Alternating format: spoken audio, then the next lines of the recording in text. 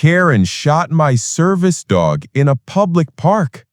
Too bad I'm a congressman and I had it all on camera. Karen shot my service dog. Too bad I'm a member of Congress and she's facing charges. The park was usually a sanctuary for Congressman Daniel Harper, where he'd walk with Valor, his golden retriever service dog. Valor wasn't just a pet. He was Daniel's anchor, trained to sense his PTSD episodes from years in combat. That crisp autumn morning, though, the park became a battlefield. Karen Mitchell, a local realtor known for her loud opinions and louder confrontations, stood at the center of it all.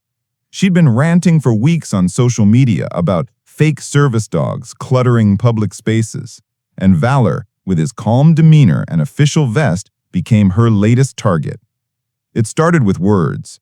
Karen stormed up to Daniel, her voice slicing through the morning quiet. "That mutt doesn't belong here. I know a scam when I see one."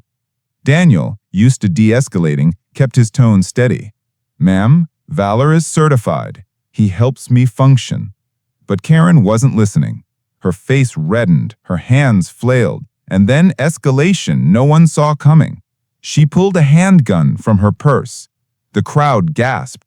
Daniel froze, his hand on Valor's leash. "Get that dog out or I'll make sure it never comes back," Karen screamed. Valor, sensing the threat, stayed still, his training overriding instinct. Daniel raised his hands, pleading, "Please, he's no danger. Put the gun down." But Karen's rage was a wildfire, untamed. A single shot rang out. Valor yelped once and collapsed, blood pooling beneath him. Daniel dropped to his knees, cradling his dog, his sobs raw and unfiltered. Enter Mia, a 19-year-old college student filming the scene on her phone. She'd been jogging nearby, drawn by the shouting. Her footage captured every second. Karen's unhinged tirade. The shot, Daniel's anguish. Mia's hands shook, but she kept recording, whispering to herself, "This can't be real." Her video would later go viral, sparking a national firestorm. But in that moment, she was just a kid, terrified, yet compelled to bear witness. Karen, stunned by her own action, stammered, "It was just a dog. He shouldn't have been here." The crowd surged, some yelling for police, others shielding Daniel as he wept. Sirens wailed in the distance. Karen tried to flee but tripped, her gun skittering across the grass. A retired cop in the crowd pinned her down until officers arrived. The twist came hours later in the police station. Daniel, still reeling, learned Karen wasn't just a random agitator. She was the sister-in-law of his political rival, Senator Greg Thornton, who'd been gunning for Daniel's seat for years.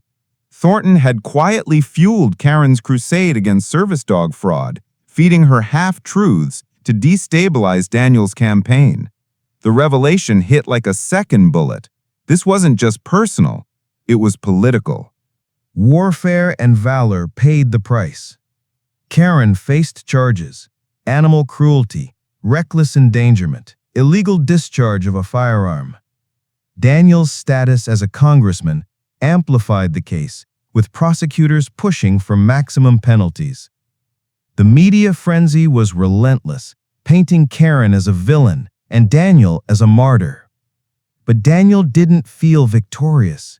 Valor was gone. No courtroom could fix that. At the trial, Karen's defense claimed she'd acted in fear for her safety, a flimsy excuse that crumbled under Mia's video evidence. The guilty verdict brought cheers from Daniel's supporters, but he sat stone-faced, haunted by the memory of Valor's final breath. Mia, the unexpected hero, struggled with her newfound spotlight. Her video had ignited debates about gun control, mental health, and public rage, but it also made her a target. Karen's supporters doxed her, calling her a snitch. Yet Mia stood firm, testifying in court with a quiet strength that moved even the judge. Her courage shifted the narrative, reminding everyone that truth could still cut through chaos. The case ended, but the wounds didn't. Daniel retired from Congress, unable to stomach the game that cost Valor's life. Karen served time, her name synonymous with reckless hate. Thornton's career tanked, exposed as a coward who'd used family to fight his battles. And Mia? She became an activist, channeling her trauma into advocacy for stricter gun laws. In the end, the park stood quiet again, but its grass still held the stain of that day. Valor's death wasn't just a tragedy. It was a mirror reflecting a nation fractured by anger and quick triggers. Daniel left a small plaque there, engraved with Valor's name and a simple plea: choose peace. It wasn't enough, but it was all he had left. What do you think? Was justice served, or does this tragedy expose deeper flaws in our society? Share your perspective. Karen was found guilty. My dog, Valor, was gone. I left Congress, and the park where it all happened now holds a plaque with just his name and a message: choose peace. Justice came, but it was too late for Valor.